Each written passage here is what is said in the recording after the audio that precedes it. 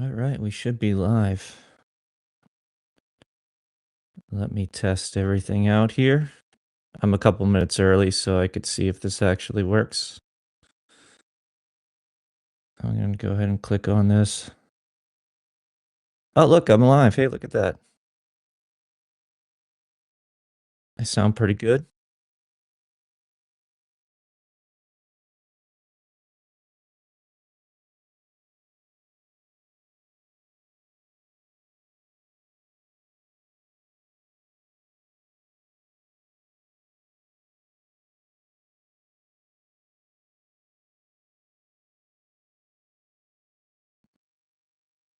Alrighty. Thanks. Yeah, feel free to chat if I sound okay. I look okay. Everything's good.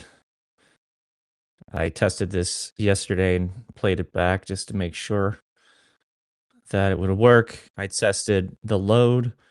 I had 6 of myself going at the same time on this screen. How do I get the chat up here?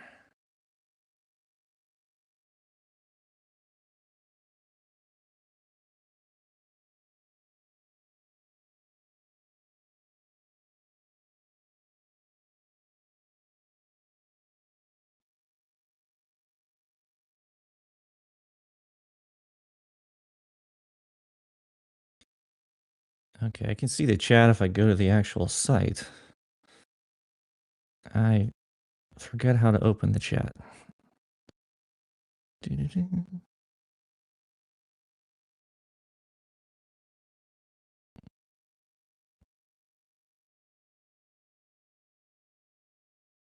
Okay, I guess I'm just gonna have to use YouTube then to view the chat in real time.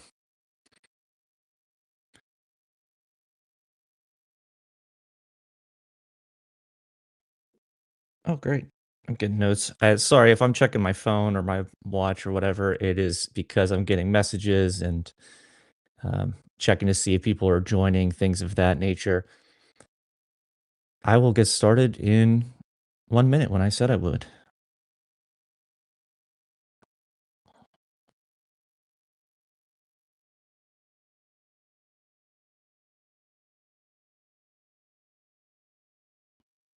Great. Just the last thing, I'm going to test to see if you can see my browser when I share it. So let's do that.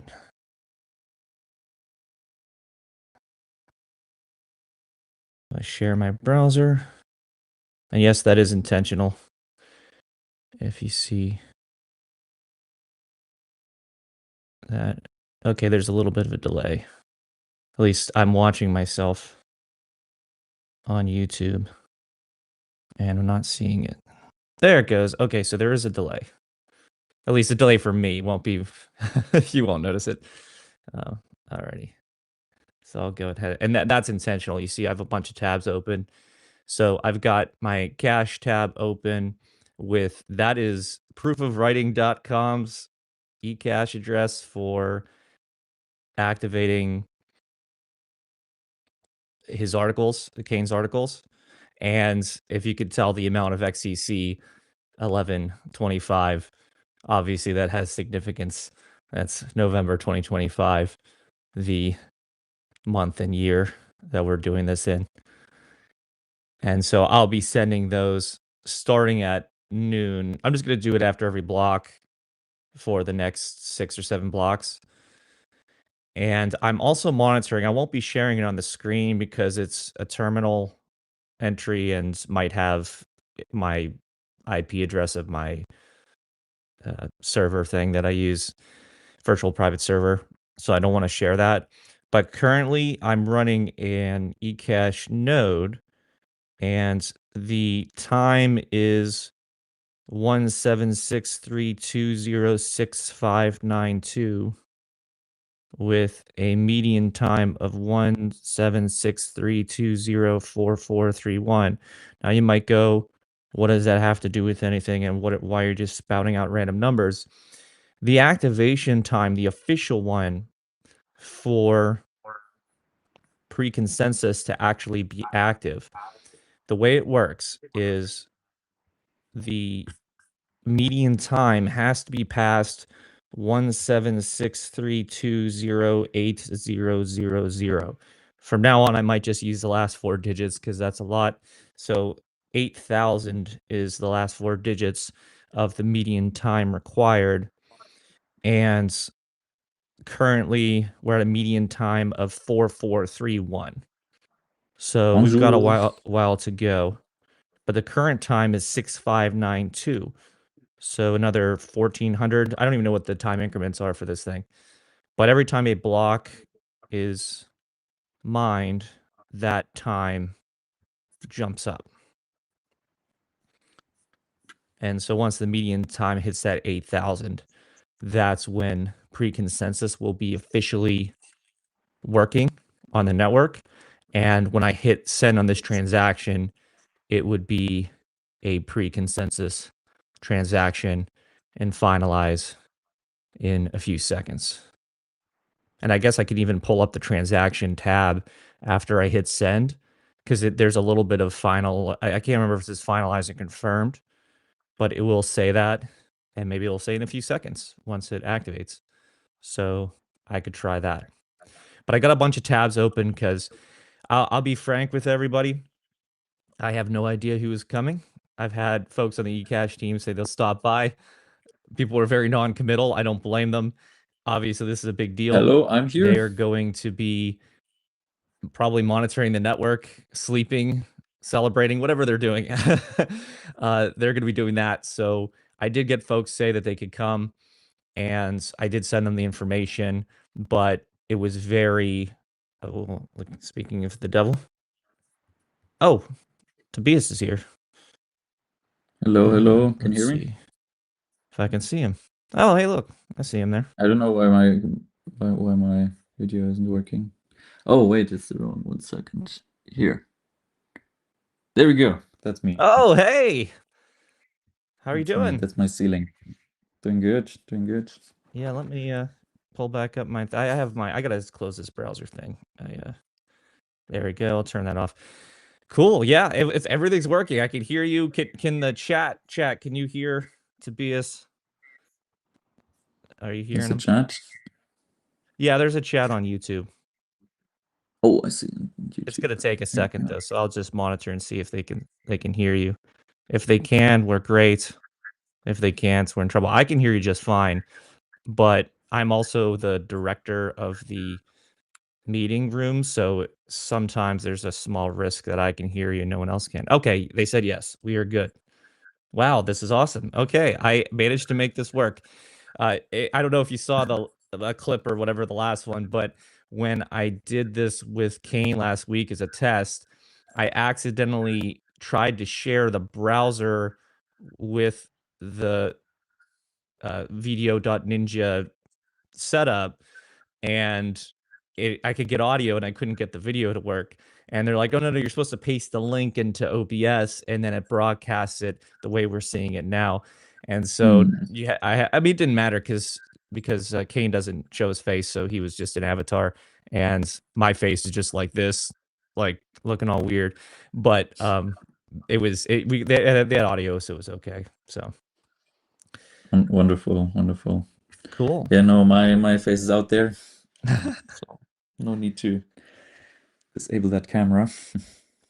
Well, I appreciate you joining, and I'm saying it correctly, right? Tobias, is that right? It's not Tobias because that's the way it's said in American English.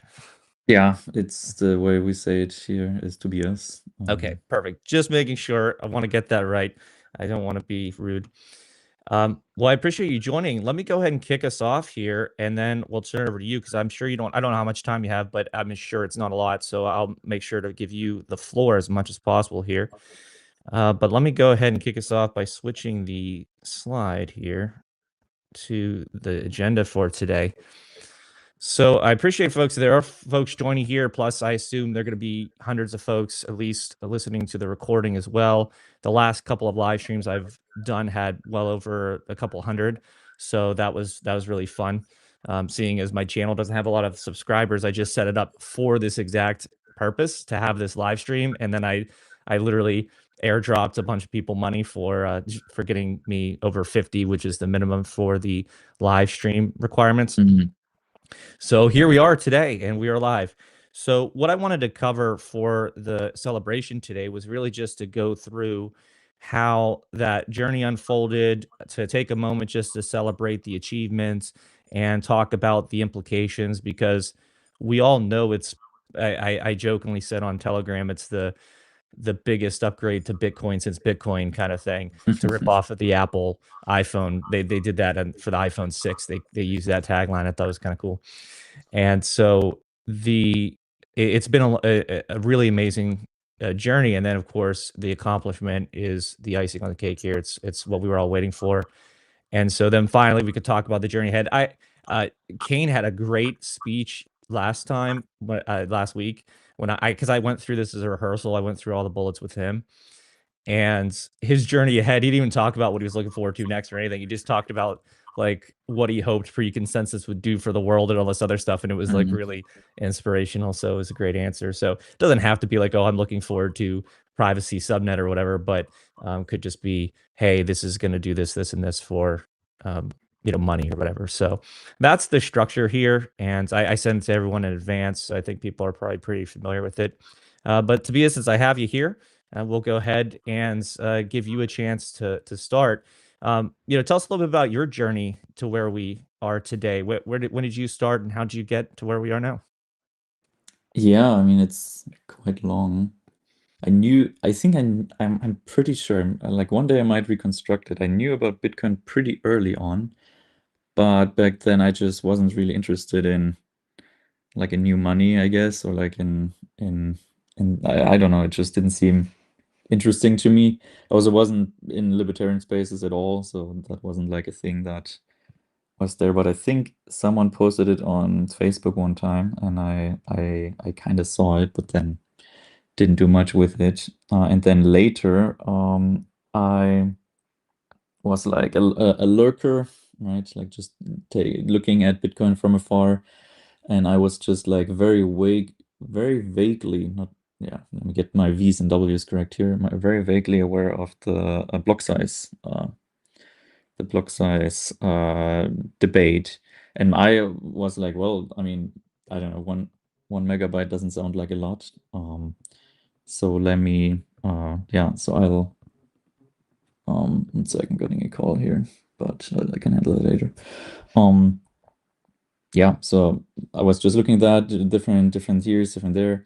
Then interestingly, which was kind of funny, like I was like observing all of that, looking, and I was like really into scaling. Like I was just thinking on myself, oh, how would I scale? How would I scale that? How would I scale Bitcoin, like sharding? These are like ideas that you can do, like permissionless sharding or whatever, which are all really difficult to be honest. But I just had those ideas, and then basically Bitcoin Cash came along, and they were just like, well, we're just gonna raise the block size to 8 MB, and my immediate reaction was like, you can't do that. Like this is like, doesn't this have problems? So I think I actually did sell my Bitcoin Cash right away, like the one that got airdropped to me, quote unquote. But then and like why was I interested in that? I don't know why I was interested in Bitcoin, to be honest. Like it seemed to have that. I think I was moving towards libertarianism a little bit during that time. So that was just part of the mix, so to speak. And then later I actually saw a debate. Was it a debate? Between Roger Ver and that wizard guy. What was his name? The one who started Hex. Do you remember something with H? Um, yeah, but you know who I mean? Hal something No, I don't think it's Hal. That Hal was Finney? the Hal Finney? no, Hal Finney Oh, was a different guy. okay. What was it? Hex founder. Richard Hart. Richard Hart. Ah, So the H wasn't the last name. Which, oh, of course, Richard Hart. I mean, I don't think the tax was the best thing to do anyway. But I think Roger made a really compelling case for Bitcoin Cash there, and I was like, maybe I should take a closer look there. And also Bitcoin Cash was surging in price, which is always, like, I think it went up to 3,000 at some point, something like that. And lots of people got burned. I think Bitmain got burned quite a bit. And yeah, then I moved from like a very passive lurker to a little bit more active, where I was just like looking at all the stuff going on there. And I actually got really excited about Bitcoin Cash because I'm like, what? Because I tried it out. And I was like, wow, this is like so fast, so cheap, because they had ZeroConf reactivated, right? Which was all thanks to Amaury Séché, of course. I mean, because he already set all of that up, because he actually had to rip out replaced by fee, things that make ZeroConf possible. And I was just like really amazed. And then I think I started, the first project I did was it menu.cash or something, where like you can still have that domain, but I don't do anything with it. Where you can order directly using a crypto for a restaurant or something, which now in retrospect is like really not a good use case for crypto, because like you can just, like, it doesn't solve a big problem, but like that's like the view we had in like the BCH has had from very early on. It's like, no, like you need to put Bitcoin Cash into literally everything, and there's no reason to never not use it, basically. Yeah, so I moved from that. Then later I built SLP decks. No, SLP decks with another guy. SLP Agora first, which now, funnily enough, it can now gets an upgrade, right? So that's maybe important to recall that, and it used a similar contract to what we have now. Of course, now what we have now is much more optimized, and also much more flexible, much more precise. It's just better in many ways, but that set the groundwork. And one thing that kind of shocked me is that like nobody from the industry like approached me for SLP decks. Like, I mean, maybe I should have gone out more and like tell people, like ask people. I was, not that kind of guy who has that. I talked to Crypto Phil, who are now I think bankrupt, and they also weren't too interested in the contract. But yeah, so there was that. Then I switched over to bCash, which is still online. I mean, I'm like so many projects that I like started and then discovered that the business model might not make sense with the card, the NFC card. But that one is still that one could still work. That one could still work because the project that I'm working on now, which is basically what came after. I mean, I also had a phase with Lotus and Stamp. I helped Shama out to launch that, and still operational. And we had actually 2 people come for the conference in Barcelona, which was more than Bitcoin Cash. I'm just saying, like, that's a double, 100% higher attendance from Lotus people over Bitcoin Cash. But not in the speaker metric. And yeah, now I'm like we started like the what I'm working on now is Tixtown, and that is, yeah, like it just wants to be a really good, basically a financial app married to a event app, and also like the big goal is to just be like a general accounting thing, basically, that like you can just handle your life using that stablecoin. And people are generally like shocked at the stablecoin experience because they're like, you can just do that. And yeah, you can. If you use eCash, you can literally just do that. And yeah, and that's always proof that how far ahead eCash actually is. It is kind of insane how little attention it's getting in the public. I mean, I'm not a hype man. I mean, I just build good software. I just solve problems. But yeah, that's that. And yeah, I mean, during the third hash war, no, the second hash war, we need to put a proper history to that, because we had the fork from Bitcoin, which went really smooth, right? Like there was no big animosity. I mean, there was some animosity there. Then we had the first big hash war, which was BSV and BCH, which was like really, really sad that it came to that. And then the second hash war was between Bitcoin Cash and eCash, actually. That one was more like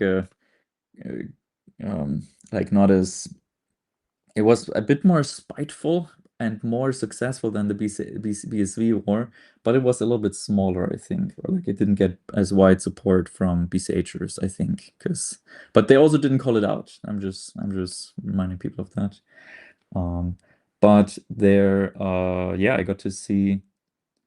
I mean, which kind of loops it all back together. I was able to see and like hands-on experience Avalanche for the very first time, and just seeing like the attacker blocks getting like reorged in like super duper deep. I think it was 100 blocks or something, which is way deeper than the reorg protection rules. Like I had to disable the 10 block rolling checkpoint.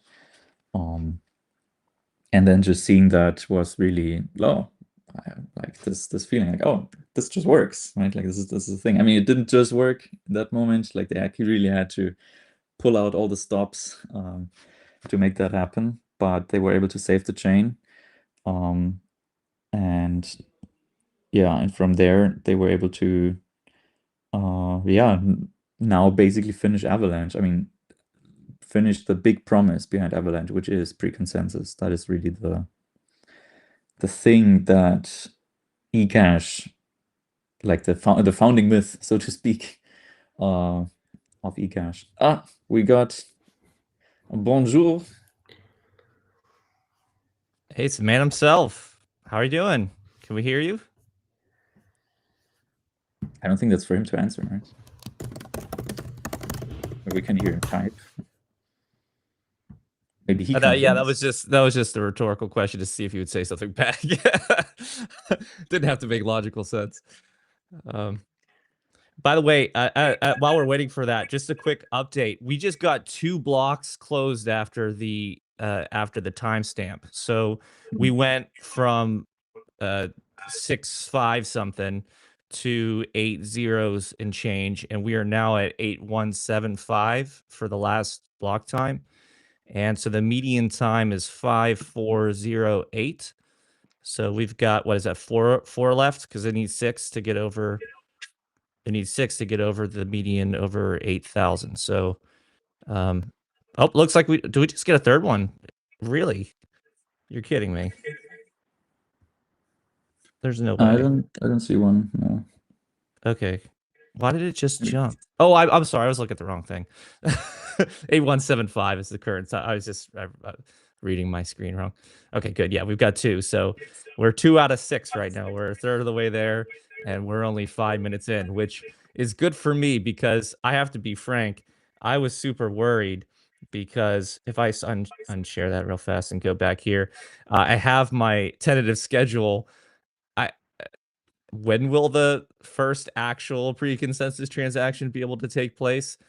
No idea, because we rely on the blocks to be finished or mined, and they average 10 minutes, but they're not exactly 10 minutes. So I was hoping that I wasn't going to be sitting here by myself because everyone had to leave, waiting for an hour for something to happen so I could send the first, well, not the first, but like one of the first pre-consensus transactions. That's the goal of this live stream, is to be able to have number 6 happen, and then I'll immediately hit send. And we weren't. Let me share that back up so I can show what that looks like.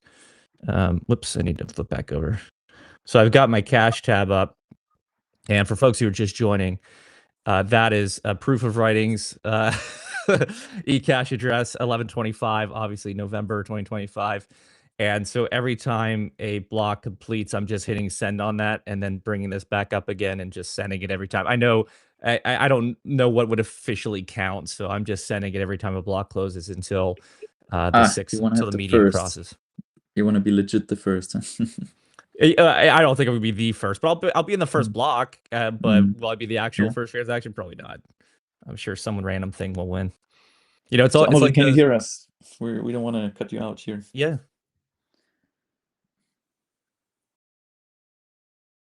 Well, he's speaking with eyes. Yeah, no, Let me I see. was I on have mute. the control room. Let me pull up the control room here. Hello, hello. Can you hear me, guys? Oh yeah, we can hear you now. Yeah. Okay. Good. I was on mute, so that's why. Oh, how are you doing? Good. Excellent. It's great Waiting, to like have you. everybody, like waiting for the blogs to see the upgrade. Yeah, I did an introduction before you joined, and I was just saying that I have my terminal up and I'm monitoring the blocks as they complete. Um, someone taught me beforehand how to use the watch command, so now I'm just letting it. Every time it switches over, um, I'm doing a little cheer and and doing a send and make sure everyone knows where we are in terms of pace. But yeah, I was just going through this agenda, and then Tobias kicked us off with the journey so far. I don't know if you want to chime in on, you know, from your experience. I mean, I know you described it as like an almost 8-year journey from the beginning of trying to add this cool new capability to what was Bitcoin or Bitcoin Cash, and then also, with all the stuff that you went through, that this has just been a long time coming. So I'd love to just hear your thoughts of your journey thus far, and notable things that you've um, that you think are worth mentioning. Yeah, I don't know. Yeah, you're right. It's been in the making for quite some time, and we had like a lot of problems along the way. I would say, a lot of misadventures, but finally we're there, right? So hopefully in like less than an hour's now we're gonna see that activate, and it's gonna be good. It's crazy, huh? Yeah, and I'm not sure what to add, quite frankly, right? Because we've been talking about this for ages, so I feel like everything that needed to be said has been said over the years. Now we can have it for real, right? Yeah, I mean, I've listened to a lot of your podcasts in the past, your guest appearances, and I know the stories about how you were saying that when you saw the Avalanche white paper, you knew that was the thing. Uh, you talked about your experience, and I believe it's Facebook, correct? Because my brain Yeah, is trying to tell me, it keeps telling me Google, because I actually knew. Yeah, I don't know if you know Ben Silverman, but Ben Silverman's the head of Pinterest, and he sat 2 cubicles away from me at his job 20 years ago.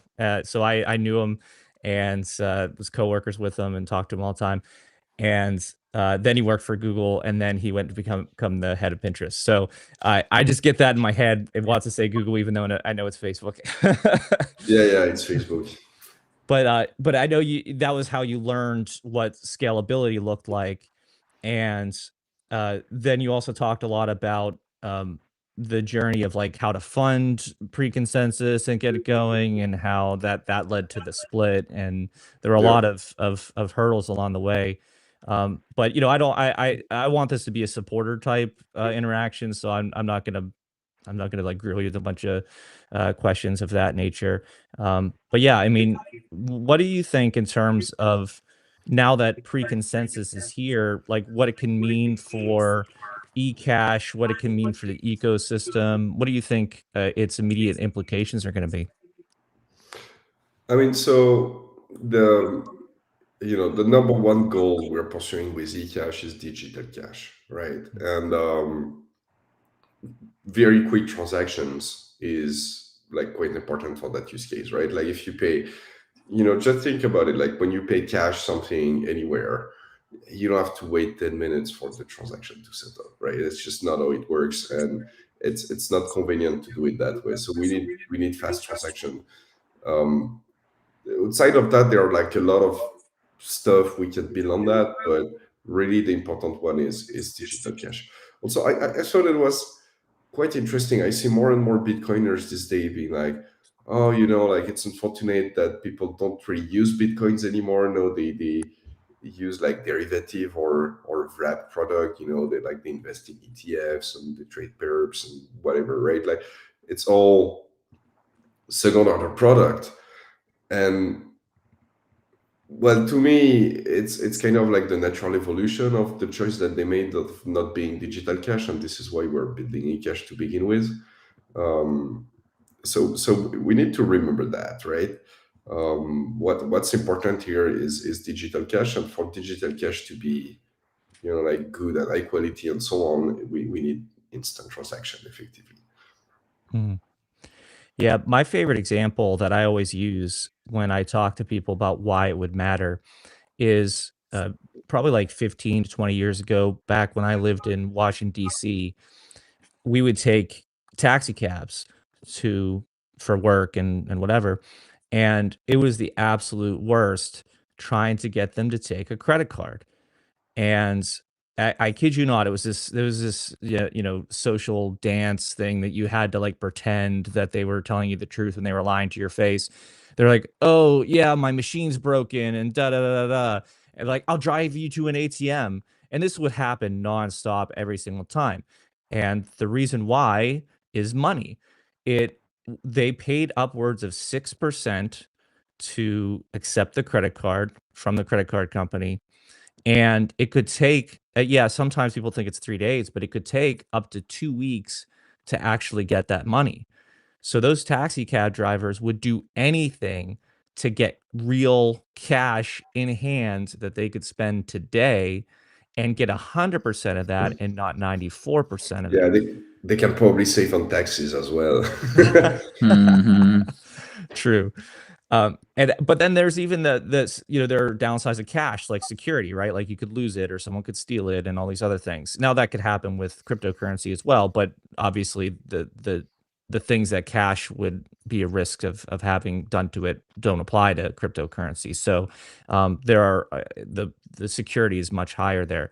But the point is that you're absolutely right. If you want to use it as instant transaction, you get nearly all the money. Obviously, you need enough just to keep the network running, but other than that, it nearly all goes to the person you want it to go to. That's the transformative nature of what eCash is trying to do. Yeah, and even for like the fees, it's something we've not done, right? But if you have something like pre-consensus, then you can have dynamic fees that applies on the network. And like the good thing here, like fees, they always been sort of an anti-spam measure. And you need that for the network, right? Like someone can stuff all the blocks and create like a huge like a huge cost on everybody that use the network for no good reasons. A bit of a tragedy of the common situation. But you don't necessarily want the fees to be high all the time, right? Like you actually want the fees to be low most of the time. Like if nobody is running some kind of attacks, or if there is no pressure on the network, he can have the fee that are very, very low. And having the fee that are adaptive is something that I wanted to have for quite some time, because like look, like even in many cases you probably can have the fees to zero, right? Um, if there is no pressure on the network at that time, you are spending like all the coins or something like that. There's no reason why the fee could not be zero in that situation. But you cannot just write in the software and like the fees are zero, because if you do that, someone is just gonna break the network. It's a matter of time before that happens. But if you can adapt that dynamically, then you're golden. Well, there's also the 100-year funding problem where once the block rewards end, at some point you have to incentivize people to maintain the network, and that's what I love about eCash's funding system. I hate what do you call it, stigma, or the way that people position what that is. I'm not going to even use the word because it's not for this conversation, but the way that I think of it is that you have three parties who you want to incentivize. You want to incentivize the miners for the blocks. You want to incentivize the protection of the network, which is what the avalanche staking is for, and you want to incentivize continuous improvement of the network, which is the development. And that funding is an elegant solution. And it's why I believe that the eCash fork was appropriate, because you need to incentivize all behaviors that make the network better, not just the one. And I always joke, it's like Satoshi, when he made the thing, didn't think about paying himself because he mined, and so the development was free. But like, you know, in the long Yeah, but term, you get the fuck out, right? Like that's a bit of the that's the problem. I don't know if that's necessarily a problem, right? Like he's free to get the fuck out, but then you need to fund development somehow. And we went through many other avenues, right? Like not just the one funding from the network, but what's ended up happening in the BCH ecosystem was very toxic and did not at all enable us to develop, because on one hand we had some funding, but on the other hand we had people that were throwing wrench in what we were doing that had like 10x the funding that we had, and so that was just like not workable even for people funding, like very frustrating for them as well, because they pay money for stuff to happen and then stuff doesn't happen because it's like 10 times more efficient, like no, 10 times less efficient than things could be if you have people throwing wrenches. So that was just not working at all. So we had to do something else. Yeah. yeah. But when you look back on it, when you see like, oh yeah, you know, maybe Satoshi, I mean, humans are infallible, and not foreseeing the fact that you would have to maintain that thing over a Infallible. long period of time and improve it over time. That was an unfortunate miss from an otherwise amazing, elegant solution. Yeah, Because it's not clear to me, looking at looking at the writings of Satoshi's, or even what people were saying at the time in general. It's not clear to me that Satoshi expected the thing to get so big so fast, right?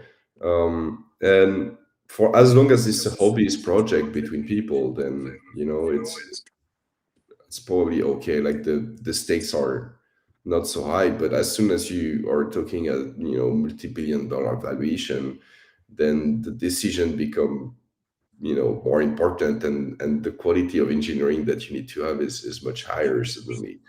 And we can see that in the early days, right? In the early days of Bitcoin, there are many decisions that would be considered completely reckless, on with modern valuations. Things like the level DB fork. I don't know if people are familiar with that or they've forgotten, but at some point, the Bitcoin client changed database, moved from Berkeley DB to level DB, and it created some inadvertent change in consensus, that were not of use, but because of the way the DB worked internally, they were some slight different, caused the fork in the network, and people just agreed with each other that which side of the fork was the correct one, and everybody reacted to that. This is the kind of stuff that would be a catastrophe today, but at the time it just happened. That was fine. It was just a small group of people tinkering on this funny new technology that nobody knows where it's going. So yeah, it's not too surprising to me that to loop it back to what you were saying. It's not too surprising that people did not anticipate that, because the need was not really there at the time. It was more of a hobbyist project, and it was not clear that we would get so big so fast. Yeah, and it's a pretty amazing, moon, or whatever you want to call it, for over, what is it, 16 years now. So, thinking New about, blog, by the way, if you wanna if you wanna do something, there is a new blog. oh yeah, the what was it, 9182 now we're at, and the median is now 5858. So yeah, I hit my little send thing. So I'll do that. I'll only share it on the screen when the actual official one goes, because I don't want to. You guys are providing some great insight, so I don't want to waste time. In fact, somebody said that in the live stream, and I'll actually use that. They asked me to give you the floor and say, let them talk on what they want the people to know. So do you have a message for the supporting community that's listening or will be listening when they time shift listening to this, for what folks who have believed in it Do you have any special messages for them, or just any kind of words of gratitude or encouragement or anything of that nature? Yeah, well, I think we should thank the people to have stuck with us. It took a long time to develop the technology that we wanted to do. And I know, like at various point in time, people were doubtful or whatever, but it's finally there. So I want to thank the people to have stuck with us for all that time. And now comes the time to enjoy the technology. Yeah, I know I'm looking forward to it. I've got my next send ready for the next block, and it'll be fun to have that immediately finalized. So it'll be a great experience, and I'm looking forward to use it for We have years a to new come. block again. I'm sorry I'm interrupting, but I'm monitoring at the same time. We have a new block again. Oh, cool. So wow, what is that? Is that 4 now? Are we at 4 out of 6? Um, I'm not sure. Okay, I think that's 4. I'm just counting because 6 would be where the median would cross. So yeah, a median 6050. That is cool. Alrighty, it's going at a record pace here. Man, there was something I wanted to say. I completely But forgot the about it. bad news is like if we're going at record pace, the difficulty gets higher and we're gonna slow down, right? Like it's one block on average every 10 minutes. So it's not necessarily good news that we have a lot of blocks coming at the same time. I That is mean, true. it's not necessarily bad news either, right? Like overall, it's gonna average to one block every 10 minutes. So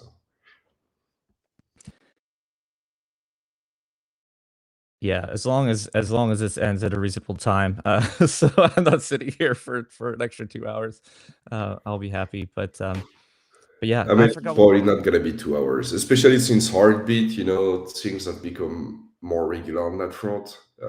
So hopefully it's gonna be about an hour. And what time is it right now? Well, we still have some more time in front of us, but you know, So I have an interesting thought question for you. It's the one that's been on my mind for a while, because all governance has the same problem, and it happened with Bitcoin. It happens in the real world. As time goes by, any system you have, there becomes a half, a 50-50 split of people who want change and people who want things to stay the same.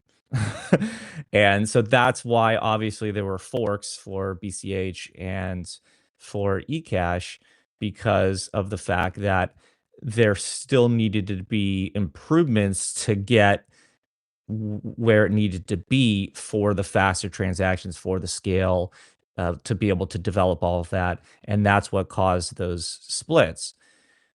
Do you foresee I mean, I know it's hard, this is impossible to answer, but I'm just a thought exercise. Do you foresee what the possible, like, we want things to change, we want things to stay the same split would be for eCash in a couple of years after pre-consensus is done and maybe stuff like subnets and other things are built? Do you feel like there will be people who will resist um, certain changes in the future or want changes, and there be another conflict between two groups of people who think that it's not good enough and other people think it's perfect?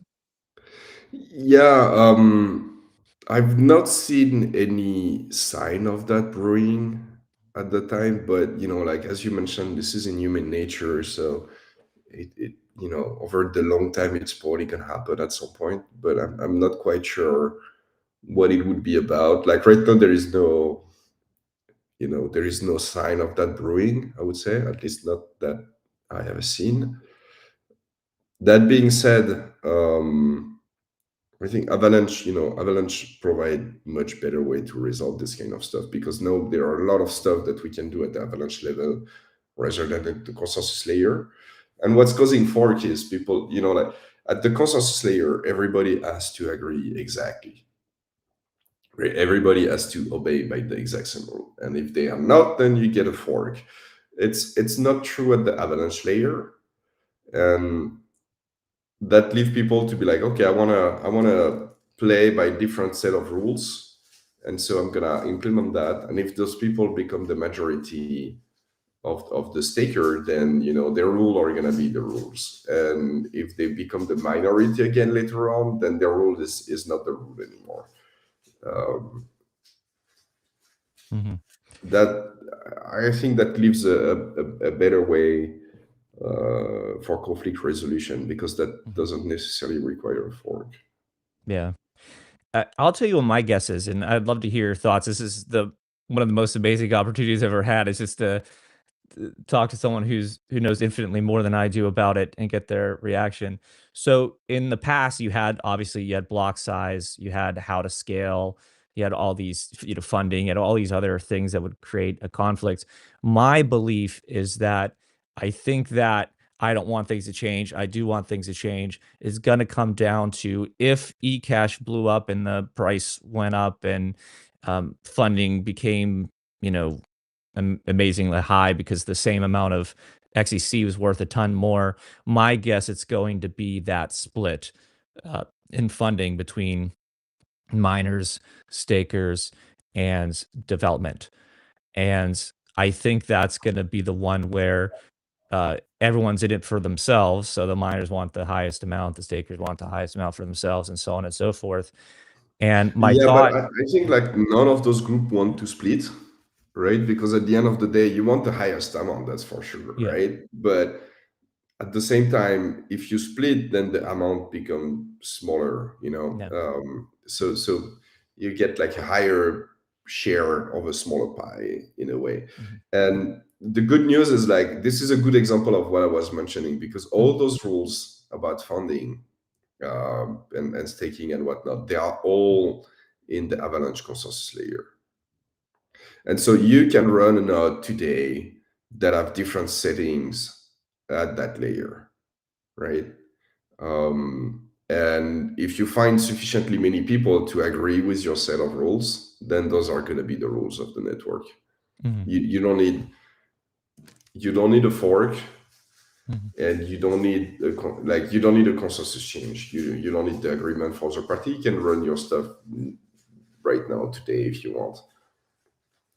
If you want, well, like 100% of the block reward to go to you, you can run a node that does that. And if you find sufficiently many stakers to agree with you, then it's going to become the rule of the network. Yeah, it's funny you mentioned that, because I actually had that ready to go in case I was the only one on this live stream. I had the Bitcoin white paper up. I had the line highlighted. I believe I saw it from Kane, but it might have been someone else, like eCash Informer or something like that. But they had a very nice X post that said that something along the lines of Satoshi predicted it or prepared for it or was thinking about it or whatever the right words are. But this was the point where what evolved into what eCash now does, where a lot of stuff was pushed from one place to another in terms of how voting and consensus was reached, and for various rules and such. And I think that's what you're describing. Is that right? So I'm not sure, because I've not seen the post you're referring to. Oh, But sorry. You're probably not be able to see the screen, huh? No, I'm not seeing the stream. Oh, I'm sharing the point of the white paper, Bitcoin white paper, section 12 conclusion. The last sentence, it's the last sentence of the whole paper. It says any needed rules and incentives can be enforced with this consensus mechanism. I see. Yeah. A lot of, like, this is a sentence that I've been discussed quite a lot over the years, and I'm not sure we quite know what Satoshi meant with that. Like, there are many different interpretations out there of that sentence, and yeah, Satoshi never really expanded on it, so it's not clear what he meant by that. That being said, what he's proposing in the white paper is, amongst other things, is a consensus algorithm, so that like a decentralized network could agree on something. And the most important thing you need to agree on is which transaction came first in case of double spend, right? Like, that's the problem you need to solve. But it's a more general problem than that. It's like you have a set of decentralized nodes, and they need to agree on what the state of the network is. And for that, you need to have rules. And you can change those rules. And it's quite obvious that, at some point people are going to want to change the rules, because as as the need of the network evolve, as the understanding people have of the network evolve, they're going to want to change the rules, right? It's happening on all chains. You can say, well, it's not happening on BTC, but it is, right? They activated SegWit and then Taproot and then a bunch of other stuff, and now they want to change the rules around operator, so that they can have an inscription in the chain and all of that, right? So all those rules, they are bound to change over time. And what Satoshi says there is like, you can change the rule and use the same algorithm to enforce the new rules. That being said, if you do it the way it's been historically done, it leads to a fork, right? There's no way, if two group of people have two different rules set, it always lead to a fork, at least historically, right? Because the rules are at the level that we call the consensus layer. And the consensus layer, as its name indicate, you need to be consensus there, or you have a different blockchain, like quite literally by definition. And this is what happened in the wild. If you change that layer and not everybody change it at the same time, you get two chains. One thing that we've done is like we've moved a bunch of those rules, or some of them we moved, but many of them we just implemented there, in the other place. We like out of the consensus layer, and we can do that because we have another consensus algorithm that we use, that is Avalanche, that allow us to common agreement on stuff. But one of the benefit we have doing it there is that it doesn't lead necessarily to a fork, unless you do want a fork, in which case we cannot prevent you. But if you're like, well, I just want the rewards to be distributed differently, you can run a node that does that, and if you convince sufficiently many people, it's going to be what is. That is, I think, a much better way to do things. It leaves a lot more open to you can change a lot more stuff a lot more easily without causing necessarily forks, or even risking to do that. If you don't want to risk a fork, you don't have to. Wow, I can't believe it, but just in that time, we're past the median now, so I'm hitting send on this sucker, and this must be one of the first active transactions, right? Am I getting that right? Because we're past 8,000 median time, right? So it's live. We just have 2 blocks arriving pretty shortly, so we should be past the medium past. Yes. Okay, so that was one of the first ones. Let me see if I can look at my transaction history. Did it finalize? Oh my God, it's already done. It usually waited a block, right? Before the little check thing went off. I mean, yeah, you have to wait a block, and then 2 seconds after the block or so for the block to be finalized to have the check marks. And no, you should have the check marks, almost right away. And the person who can answer that question is just joined somehow, amazingly, coincidentally. I'll take that. Joey King is here, everybody. Thanks for joining. I as you can see, I'm using your thing, man. And I just sent what hopefully is one of the first pre-consensus transactions. So you came just in time. And correct me if I'm wrong. Does that check mark only come up once it's done? Is that right? Yeah, well, I mean, so I'm making diffs on Cashtab right now because I have stuff to change now that the stuff is live. But the way it works is that it's using Chronic Client, which has a WebSocket, and the WebSocket has an is final message, and the dev has already been done on those. So those used to be driven by when a block was found and the block was finalized, but now they're driven by when the transaction is finalized. So it's using those same messages, and it should just start working. But again, I haven't tried it yet. I just woke up. It's 4 a.m. here. But yeah, like it's all coded to appropriately recognize exactly like what stuff is finalized immediately. But because I haven't used it yet, like I'm basically testing it now and seeing if there's any other diffs that need to go up. Yeah, well, I think that was one of the first transactions. Probably not the first, but that was one of the first transactions I just sent. And I sent it to Kane in honor of Kane, who's as everyone knows, the most famous of the eCash supporters, the most outspoken. And obviously he can't make it because it's super early and he has, I think, kids and such. So Yeah. appreciate it. Oh yeah, that's the only reason I can make it this early. Oh, and I just did the first Agora with 64-bit ins. I had to patch my own Cashtab, but yeah, Yeah, I hope patched I hope it. nobody. So I haven't updated Cashtab's unit I test made yet. the trade. I was worried that people like that would crash Figma, Firma, but I accepted it right away. So everybody should be Very not nice. crashed. So we're good, and it's already finalized, which is cool to see both. Mixed together. Let me send you the. Here we go. I sent you the link to the. I mean, it's just the block explorer, but you can see in the hex clearly that it's doing big 64-bit math. Oh, whoops. I clicked on it and it pulled up in my Safari. I have two browsers open, so let me paste that over to the one I'm sharing on the screen. Is it okay if I share this on the screen? Yeah, absolutely. Okay. I just make sure I wouldn't want to share something without your permission. Okay. Do that. Okay. So what am I looking for now? I mean, like first of all, it says final, right? So pre-consensus is working, which is really cool. Yeah, and there it is.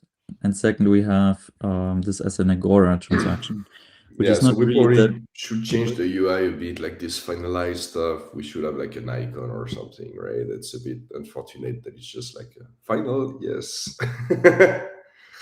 Oh, I see. So final yes, and then Mhm. token output 1.0000. Those are the two things that are interesting based on what just happened. 1 second. I will just double check if there's another thing that's interesting. Because as far as I know, yeah. So another thing, if you expand, if you put advanced on, and now we're getting a little bit into the weeds, but I just need to, because I did it, right? I have to explain. I guess if people fall asleep, then that's just how it is. And then you see there's two inputs, right? One is the address is the one firma, Mhm. and then you can see how if you go to script decoded, right? So we got the script Mhm. hex, which is encoded, and then decoded, which looks kind of the same. But there, if you look a little bit, you see OP true. If you look a little bit, right? I'm not sure if you see that. OP true. So you have to don't have see that. advanced Oh, there it on. is. Yeah, I see it. I see. Yeah. I see. And then the number before that, right? This is a hex number. It's OX80D8DFC, right? So this is you can see it's a long number, right? And if you Mhm. count how many there are after the X, it should be 16. Let me just double check if that's the case. Yeah, 16. And 16, each of those letters takes 4 bits because it's hexadecimal, right? So 16 times 4 is 64, right? So this is the first, and you can see it is little endian, which means the highest is on the end, which is 7F, which is just because like the way Agora works, it just tries to use as much precision as possible, right? You don't want to waste any bits. So this is the accepted number of tokens scaled up to the maximum possible, which in this case is just a little bit under like 0xFFFF. So this would be the same as 99999 in if you have just decimal numbers. But yeah, so this means I don't know. This means that it's working basically. I don't know. My explanation probably wasn't too helpful, but I'm just double checking it all works, and there we go. Yeah, I'd love to hear from you. Like, why was it 32-bit before? Is that right? Yeah. Why was that the limitation before this update? I mean, Satoshi said so. I don't know. He hath spoken. That's just what's in Bitcoin and everything. That was like the pre-existing. Hi guys, I just joined also. Hello, Anthony. So I think the story behind that is, if I'll try to squeeze it in 1 minute. Bitcoin used to have arbitrary large integers, like just you can have them as big as you want, I think. But it turned out that that wasn't very secure. So that was removed again. And they limited it to 32-bit integers. Why 32? Because most computers understand 64-bit integers. But if you multiply two numbers or add two numbers that are 32 bits, you don't necessarily get 32 bits out. You might get more, right? It's just like if you add two 4-digit numbers, like let's say, I don't know, 5,000 and 6,000, you don't necessarily get 4 digits out again. In this case, you get 5 digits out, right? So just to be sure, like the dumbest way to implement it, the most secure, the most like conservative way to implement it is just be like, okay, let's use 64-bit integers, but we only limit it to 32-bit integers, because then we're for sure never gonna go beyond the range, because those are really nasty bugs. Really nasty bugs. You don't wanna run into those. So they did a conservative thing, which is probably the right thing. But we now know how to do this. This is not rocket science. Nobody just wanted to do it, so now we have that. Hope that makes sense. Can it make sense, maybe? Yeah, and sorry, Joe, you might have said that it's not updated yet or refreshed yet, but can I go into Cashtab and actually like type in some stuff and show it has a flat integer number output? Because whenever I try to sell something, like for example, my tokens, I have 2 tokens on Agora, and I can't sell them for the minimum unit is like 2.56 or something. Would that have changed? I'm testing it right now, actually. It seems to be working better. I haven't landed the diff yet because I have to update some of the unit tests, but I'll get that done soon. But you can go to the dev site. I've deployed it there at cashtab.io. That's for testnet, though. No, not now. I just okay. I just pushed it.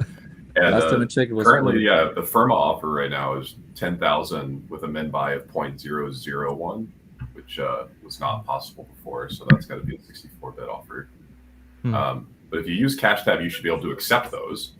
But for creating 64-bit, you would have to go to cashtab.io, or as soon as I get off this live stream, I'll be patching unit tests, so it should be live on cashtab.com in like an hour or so. But yeah, it seems to just be working. Yeah, I'm gonna try. I got it on the screen for anyone who can't see my screen because it's broadcasting on YouTube. I pulled up the Agora. Well, sorry, I didn't pull up Agora. I pulled up my tokens. I pulled up because I have 2 tokens. I have meaning token and I have XE cited token. I pulled up the XE cited one because obviously we're on the XE cited channel. And yeah, it looks like I can put a ton of oh, actually, hold on. Let me try that one more time. I can put in like hundreds of thousands and it can do it one increment. Yeah. It should still it should preview your offer if you click list before you click OK. Oh yeah, there it is. Look at that. Because yeah, it used to be the actual price would have been like 988 or something like that, or 998 or something, and now it's pretty flat. That is cool. Everything's happening in real time. As my president would say, everything's computer. So there we go. Hey guys, I might not stay too long, so I'll just say hi quickly. So do you have any stories you want to share with the group? Well, really, we're just monitoring the status. Like, so as of now, the new, like, the upgrade's locked in. We're just waiting on the first block that has the upgrade stuff in it, like has finalized transactions. So as of now, like, transactions are finalizing. So that's good. And we're also monitoring that the finalized transactions are being built into a block inside the node.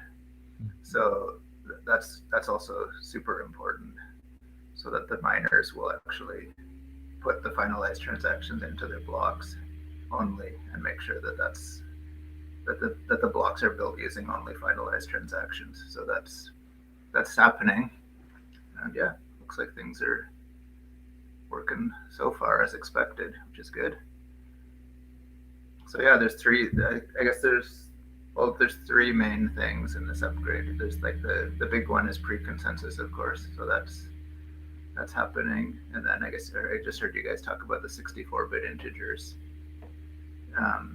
We're also tweaking the heartbeat parameter slightly, so it should smooth out the block production, or the like the time between blocks even a bit more. I guess even just now we saw there's like groups of 2 blocks sometimes, so that should hopefully be smoothed out even more. And then actually I guess there's 4 things, yeah. And then the 4th thing is we're using pre-consensus for the staking rewards, so that just makes that more stable, like more reliable. Because up till now, it was every once in a while it would reject a block if the staking rewards weren't agreed on, like if the miner produced the wrong staking rewards. So now they should be able to essentially determine that in advance. Mm-hmm. So, so we're just waiting on the first block with the new rules, so that will be. And so if you can remind me, because I saw a post about what the difference was pragmatically, as in something I would understand, was that they had agreed upon who the reward person was the block before, because you'd see it on CoinDance, and it would say, here's the next person who's going to win the Avalanche staking reward. Is that changing somehow in some sort of like? Well, I mean, as the way it worked before was for the staking rewards, the miners, just based on the stakes and so on, they calculate who they think the next staking reward should go to. And if everyone sees the same information on the network, then they will all calculate the same thing. But because it's a decentralized network, sometimes you're not connected, or maybe that one of the miners just for some reason doesn't happen to be connected well to everyone or something. So they might every once in a while not have the right information, or not have the same information that everyone else has, and then they would either not give the reward to whoever to who everyone else thought it should go to, and then the rest of the network would reject that block. So basically the difference now is that before they produce the block, they can poll and say, hey, this is who we think the staking reward should go to, and then the other nodes can say vote yes or no based on that. Yeah, that's one of the things that's always worried me, is that, to do upgrades. So I have 2 nodes because one isn't good enough. I had one go down for a little bit and I lost some money. So I was like, well, I'm just going to have 2 now. And so I have 2 that are running the same proofs. And so it's backed up and everything. So if one goes down, the other one's still going.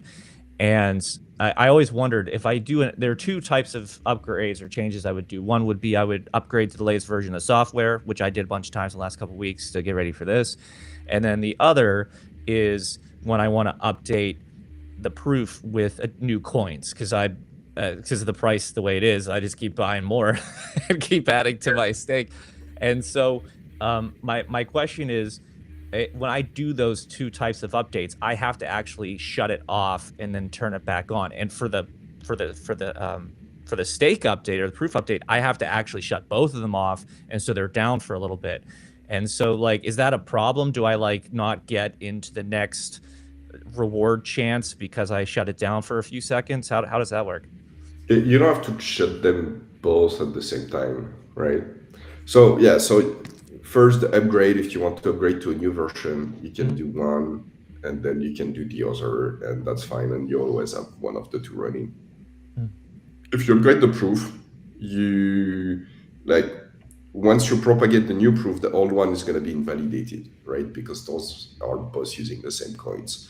So once you start one of the node with the new proof, the old one, even if it's still running, it's de facto not doing anything anymore, right? So you'd have to, upgrade also the other one with the new proof, and then it's gonna start doing something again. Yeah, I'd recommend doing one at a time. Like do one, and check the new one, and you can check that it's that everything's working properly, and then shut down the second one and upgrade the second one after. Yeah, the reason why I didn't, I do the software upgrades one at a time, because that doesn't matter, it's fine. When I tried to do the proof update one at a time, whenever I did the first one, it and I tried to do it, it gave me an error. I forget what the error was, and I'm not asking you all to troubleshoot this in real time or anything. I'm just relaying my experience. Did you increment the sequence number? Like, that's a good thing to do, because then you could do that. I don't know. That might be one thing to try. But that's why I just chose to bring them both down, make the change, bring them both back up, because I got some weird error that it said that the proofs were in conflict. So I was like, okay, I don't know what that means, so I'm not going to touch it. Well, it'll deconflict them on the net. Like, it'll automatically deconflict them. So. Okay. Well, good. I'll do it one at a time then, and then see if that works. So we have now over 100 finalized transactions in the mempool. So that's good.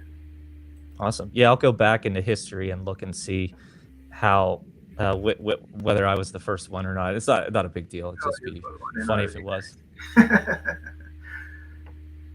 I mean, whether you were the first one or not is not really it's not really a meaningful question because different nodes may see different transactions at the same time, right? And a lot of people were waiting to press the send button, I would guess. So it's going to end up in a certain order in the block, but it's going to end up by transaction ID, right? It doesn't necessarily mean that the first one in the block is the first one that was sent to the network. But even then, each node is going to disagree on which order each transaction was sent to the network. Well, Chronic does store the time first seen, at least, like... Oh, yeah. It doesn't write it anywhere. Like, it doesn't write it. Yeah, I mean, like, each node, including Chronic node, each node is going to have an opinion on which transaction came first, right? But there is not a global agreed upon ordering on that front. Yeah, no time order, except the DAG, right? So if you send something and then someone sends that again, then for sure that transaction... Yeah, that being said, you could send the second one first, right? It would be just an orphan transaction. And then that's true. I just there's no... Yeah, there's no ordering. There is no global ordering on that front. So Joey and Anthony, I know that you had joined later than everyone else. So did you have any stories you want to share? You might be monitoring stuff right now, and that's okay if you can't tell like long, cool, detailed stories or anything. I'm happy to move on. But did you have anything you wanted to share in terms of pre-consensus, what it means to you, what the implications are, anything of that nature? Yeah, I mean, it is really cool. I'm updating the Cashtab unit test right now, but that's not an emergency or anything. But it is cool to go through them one at a time. And basically what I'm updating is all the expected quantities for these Agora offers, which used to be, off by various things, and now they're just exact. So it's pretty cool, like one at a time, to see that happen, because they're all big numbers, right, with lots of decimal points, and now it's just like 0.00000, whereas before it was maybe off by like 1 or 2. But I think once that's settled down, and like once I've updated Cashtab and all the apps, it'll be a lot more about like just enjoying that the stuff is working now. We've been a mission-driven team for a long time, so it's always been about trying to get this stuff to work, trying to solve the problems that we perceive, like with monetary systems or with the cash experience. And we have this product now that technically basically just does that. But we're also sort of entering this important transition phase where we've kind of been just heads down making it work.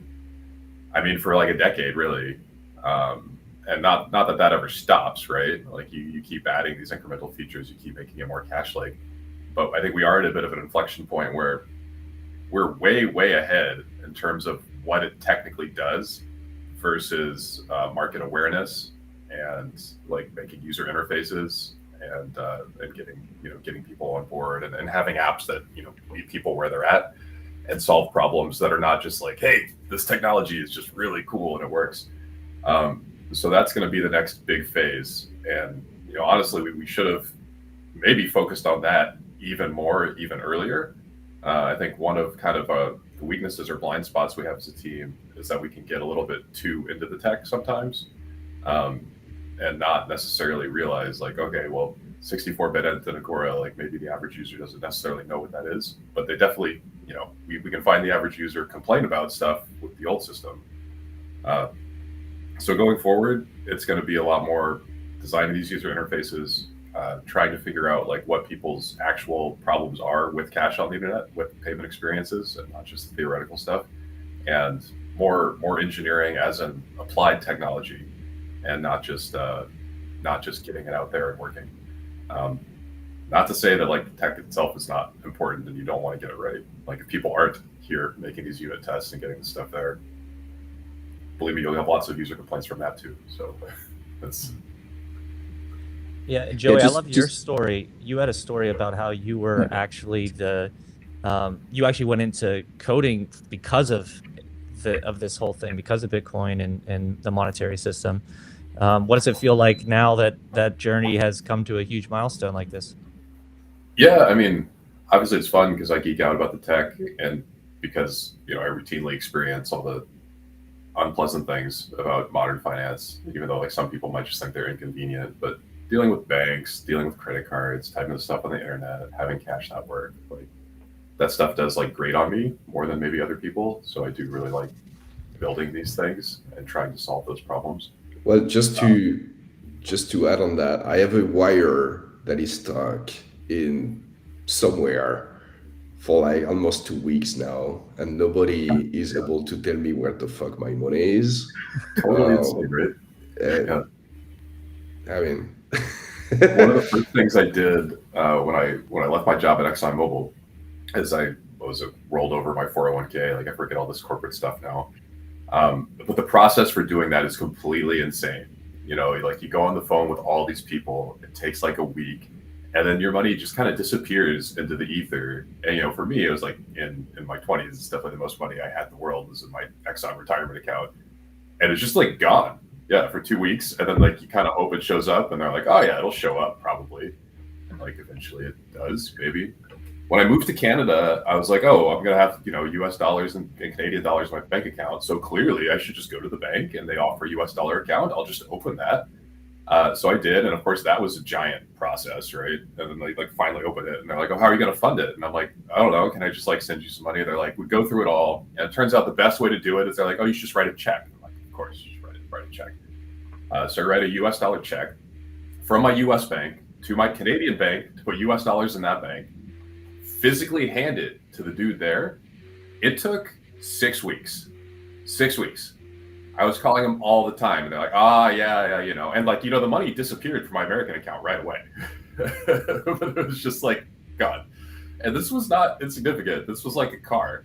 And I was like, okay, at this point, like somebody could have actually driven that money to the bank and it would have been way faster.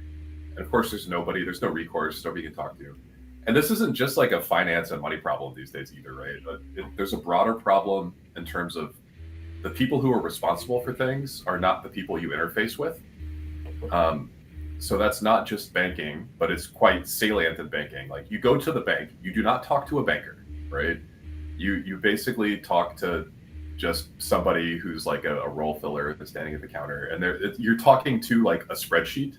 They're not even allowed to think or have agency, right? They just have like a certain set of policies. And if you have an actual legitimate problem with banking services, good luck, right? There's nobody at the bank who understands banking services or understands banking problems. And that's not just finance, that's kind of everything now. Like there's just this huge disconnect between people who are responsible and people you actually can interface with. But something else, like I think finance being not necessarily the most salient example of that, but certainly the most important. If like you remove friction in finance and you get that working, well, finance is the incentive engine that powers absolutely every other human interaction. So you have just way more impact potential if you start fixing it at the money level. I mean, I complain when I add funds to Coinbase and then try to buy crypto with it and or send it somewhere else, and they say, oh, you got to wait until it's done processing, and it could be 7 to 10 days before I could do that. That literally just happened to me because they finally released the funds for me to export them to buy eCash, because I can't buy eCash on Coinbase or Kraken or whatever, so I got to send it somewhere else. For Firma, thanks to Firma, shout out to Firma for saving me, giving me a place to actually buy eCash in the United States. But yeah, you just got to sit there, and the market's going like this, and the price is going up and going down and going left and right. And I'm just like, oh my God, I want to buy this now. Like, why can't I just free my money up and buy it? It's right there. I can see it. And so I totally get the monetary system is just wild, to say the least. Yeah, one thing there to mention is, I mean, the slowness, of course, that is a big problem. But you can kind of live with that as long as it's like kind of expected. But what really is a huge issue, I think, is like just account closures, especially if you like get no reason. I mean, that never happened to me, but I know at least two people who really struggle with that. Like, if you get put on the list, so to speak, and like there's no way to get off there, right? Like even like I know someone who was totally innocently got put in jail for like 2 days or something, and then immediately every bank canceled his account, right? And yeah, and now it's really like there's always this issue like, okay, when will this bank account get closed or whatever? And this is just something that doesn't happen with eCash.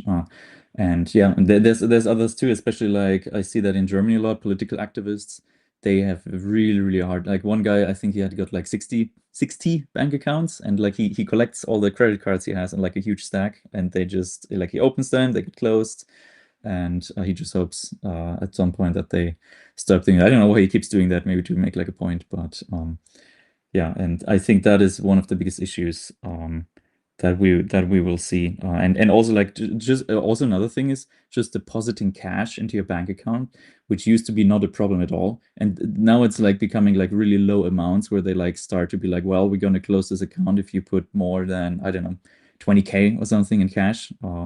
And yeah, I think that's really like, why does the government even create these tokens if the bank can't accept them? One thing on Agora that I just wanted to mention real quick is that the precision it's really absurd how much more it is. It's really hard to wrap my mind around. It's like 8 more decimal places, right? So if it's the difference between like 1 and 1 billion or like 100 million, depending on where you end up. Anyway, I just want to get those out. I have to go relatively soon. Maybe I can stick around for a few more minutes, but yeah. Yeah, we'll plan to wrap up in 10 minutes. I was planning to wrap up about 15 minutes after the block was done, and we cheered and talked about how it's running and everything's great. So that'll be about then. So we'll wrap up, and you're welcome to leave whenever you need to. Hopefully we get a block full of finalized transactions soon. It has something like 250 transactions in it right now, so it seems to be still working properly. Yeah, in terms of stories, do you want me to tell my stories? Please do.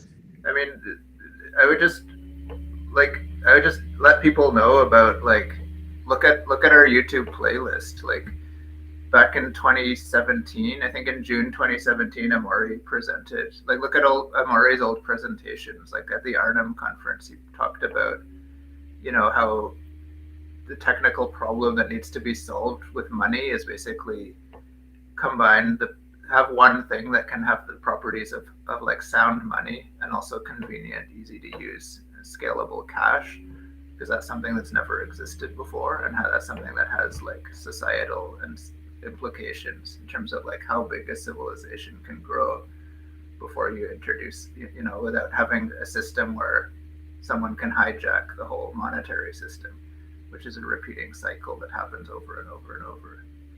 So he talked about that in like, I think, like if you look at our old presentations playlist on YouTube, on the eCash YouTube channel, you can see that presentation. So that was like 2017 when Amaury first talked about that. And then he talked about at the Tokyo conference, there's also that presentation's on the playlist.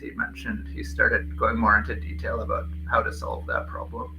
And he mentioned pre-consensus. So that was in 2018.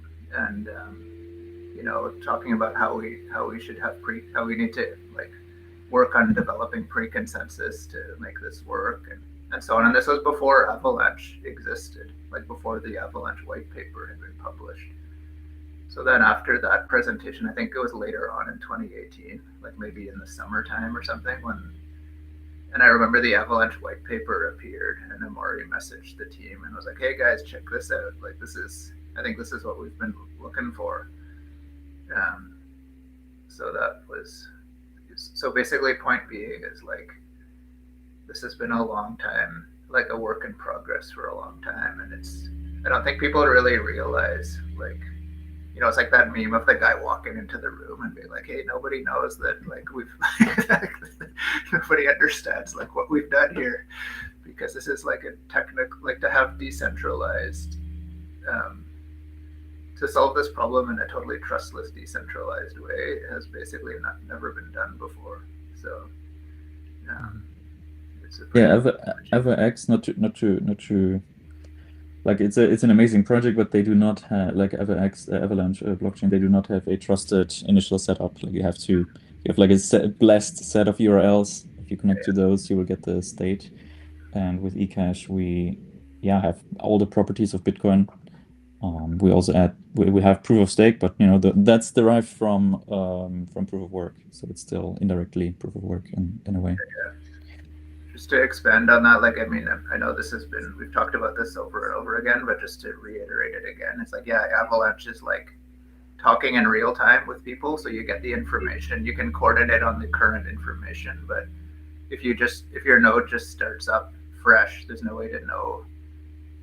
Using Avalanche, you can just hear what everyone tells you, but you can't prove what happened in the past. That's where proof of work gives you like an objective record of what happened based on proof of work. So someone can't fake the history unless they spend, you know, millions and millions of dollars.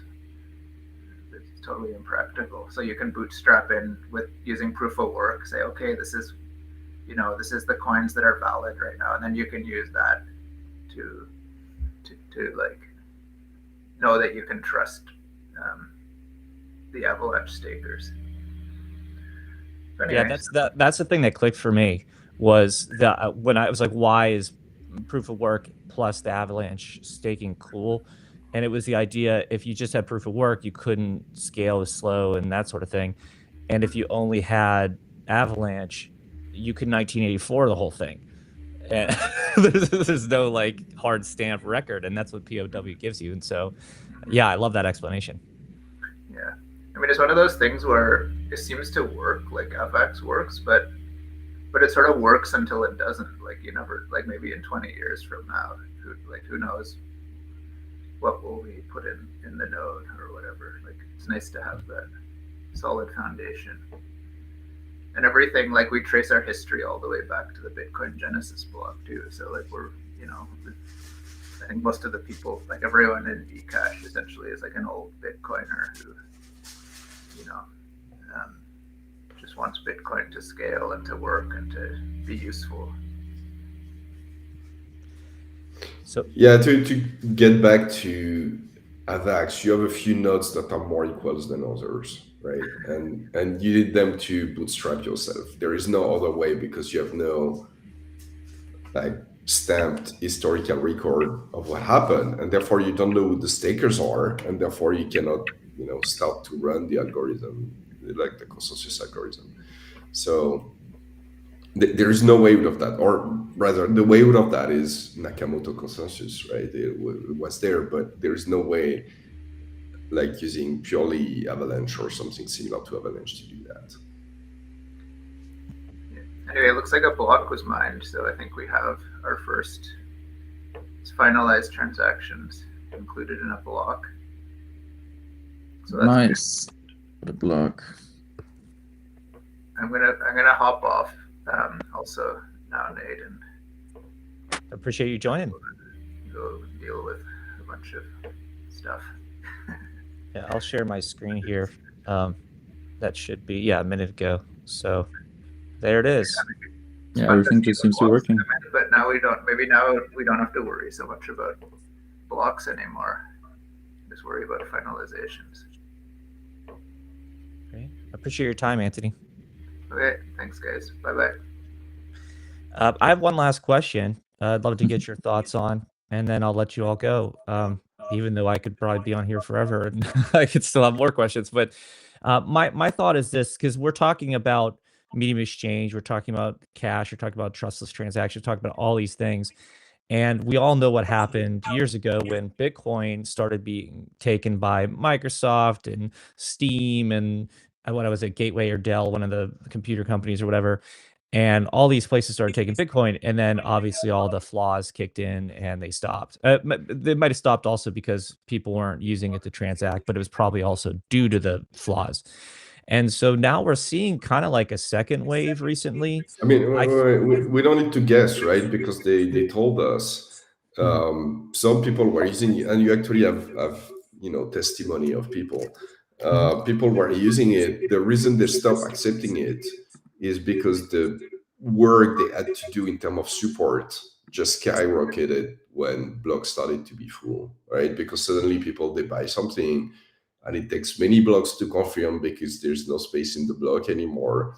And so they're like, well, I ordered something like 2 hours ago. Why is it still not showing up? And so they contact the support. And now those companies, they have a lot of support work that they need to do for a payment system that was used, but it still was not as big as credit card or whatever, right? It was a fraction of their sales, but it ended up being like a huge amount of support. And then, as any company would do, you do like how much it costs me to accept that, like how much sale do I do with that, how much it costs me in support. But at some point, if the support increases, it's not worth it anymore. That's simple as this, right? Any rational company would do the same. And so this is what happened. Yeah. And so we are seeing a second wave of sorts. I can only name a couple off the top of my head, like Flexa. I think Square is accepting Bitcoin now via Lightning Network or something. There are probably a few others, but we are actually starting to see when they say, hey, we accept, it's like Visa and all this other stuff. And then it starts to list some of the crypto payments. What do you think is going to be different this time? I mean, we see with like on-chain data, that less people are doing that today than people were doing it in 2015, 16, around there, right? Less, like, it's still not at a usage level. So I don't know like about merchant adoption, but I know about user adoption. Like we can see that. And you might argue, well, like many of them are using Lightning, but really like most people using Lightning are actually using a custodial that use Lightning for them. And so really like they might as well be using a credit card. It doesn't change anything, right? They're not using digital cash in any meaningful way. And by the way, this is the only way Lightning can work at scale, because if you don't do that, you have like horrible liquidity issue. It's a bit technical to explain, but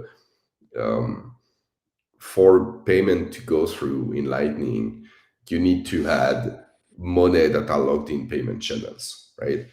And if you do like byte to the envelope computation of how much money need to be logged in channels for any, let's say payment up to $100 or whatever to go through end to end between two users of Lightning, the amount that you need to log in those channels becomes absurd really, really, really quickly. And so the only way you work around that is that you go through Custodial, and there is like just, it artificially lowers the number of users of Lightning Network, right? Because you are not a user directly, your Custodial is, and all the other people that use the same Custodial as you appears to the network as one user. And this is essentially the only way economically you can make that work, because otherwise you need to log the money in the channel for all those users, not just once for the Custodial. And the amount that needs to be logged in channel becomes completely absurd. So it's not going to happen. So yeah, so that's the story with Ellen. It's, there's a nice pitch around it, but really you're using a custodial that is paying for you, so you might as well use Visa or MasterCard. Yeah, and then there's of course the fact that there are USDC and USDT type transactions that are reversible, and they're trying to weed out scams, and they're trying to get that money back to recover it. And all everything in life is a trade-off, and so some people will trade their freedom for safety or security, and that's what's happening with those things. You do not have the safety of reversible transactions when you are completely free, because you send that money, it was your choice, and then it's gone. So, some people want that. And then what's cool about it though, I think though, is that you get to have your choice of what you want to do. And I think that's what you all are doing, is empowering people with the freedom of choice and the capability. And I think the that's why I like it. It's just that the fact that you're pushing new ground and trying to enable people to have that, whereas they wouldn't otherwise. So Yeah, so if I may rebound on this, I'm saying, like, I talked about it a bit earlier in the stream, but I, I wanna I want to go over this again because I think it's important. Like, we see a lot in the Bitcoin circles, people saying, well, like, people try to hijack Bitcoin many times in 2017 or whatnot, and we won, and this is great. But now we have a problem because everybody is using Bitcoin in a custodial manner, and therefore we won't get the freedom that we were supposed to get. And I've seen, like, many variations of that story being told, especially by newer Bitcoiner, that have come in through that cycle influencers and whatnot. And I don't know to break it to them, like, especially I'm not big enough to do it by myself, but those people, they need to realize that those two events are not independent. Like, it seems independent to them when they tell the story, but it's not independent. The reason why everybody is using Bitcoin in a custodial manner today is because they won, quote unquote, in 2017, right? Like, this is what winning that fight in 2017 leads to. If you decide that you don't want to scale, then people are going to use custodial. That's the alternative way to scale if you don't scale the system itself. So, I don't really know what action item I want to follow that front with, but it's something people need to understand. Yeah, well, you can look at it even now. Like, I was just checking Twitter this morning, and now you have kind of like there's BTC people who are upset about the Zcash pub, and they're all like, "Hey, that doesn't scale either. You have to use Bitcoin L2, which is going to be more private." And it's like you get all these like weird second order arguments now to try to back rationalize the decisions they took in development from years ago, because they're not actually responding now to technological demands with development. They've committed themselves to a series of decisions. Those are their decisions. That is what they have. And now most of their PR and user interface and everything for Bitcoin is explaining why those decisions were right. And it doesn't have anything to do with how the product works or like what users are dealing with or anything like that. It just has to do with like, oh, okay, if you don't think this way or you don't get it, well, you're just an idiot. No, I'm sorry. That's just the way it's supposed to be. It's just supposed to be awful. And in fairness, like, most people now believe financial products are supposed to have an awful user experience. So it has almost this superstitious quality to it. They're like, oh, this user experience is pretty awful. It must be a financial product. And that's going to take some time, to get by. Because even now, like, people who use eCash, they're like, oh, I haven't heard of this. Like, oh, no, this must be something going on here. Like, people just assume it's impossible because they have used other crypto things. And they understand it's supposed to be really unpleasant, and then the stuff just works. They're like, well, something's wrong here, right? So we have some messaging to get past with that, but I think the best messaging is just building apps that work and solve problems. And the infra is there now, and this is a huge change to even make what was already quite good, when you compare it to stuff like Lightning, for example, is now that much better. So yeah, I mean, that's the real message, is like, it doesn't have to be awful. That's just so underappreciated, not just in crypto, but in finance as a whole. Everybody's like, oh, clearly it's a financial product because it's really unpleasant. Not anymore. I really appreciate everyone's time today. I know Tobias has to leave, so I'm going to wrap us up now, even though I don't want it to to end, but we're going to. I can't say enough to express my gratitude for you all joining today. It's been a wonderful experience for me. I hope it's been a great experience for the audience. I can picture myself in 10, 20 years of being some meme of us all on this little YouTube screenshot, like that guy when the Bitcoin broke 100 or whatever, and like they meme him to death or whatever. maybe we'll be a meme in 10 years, who knows? But I appreciate your time. I appreciate anyone who was able to join. If you're listening after fact, I appreciate you taking a look. This has been a dream. I literally a month ago created this channel for the sole purpose of being able to do this live stream. And so within 1 month, not only be able to get enough people to do that, but then to get the actual eCash team on the freaking live stream is absolutely insane to me. So I can't express my appreciation enough. But thanks everyone for your time who joined in. We did it. It's pre-consensus is live, and we did the transactions in real time. And so we'll look forward to seeing more in the future, and hopefully this will be the start of something amazing. Thank you so much. Thank you, Nate. And sometimes all you need is just to ask, right? Like if there's nobody asking, then nobody will show up. Thanks, guys. Bye-bye.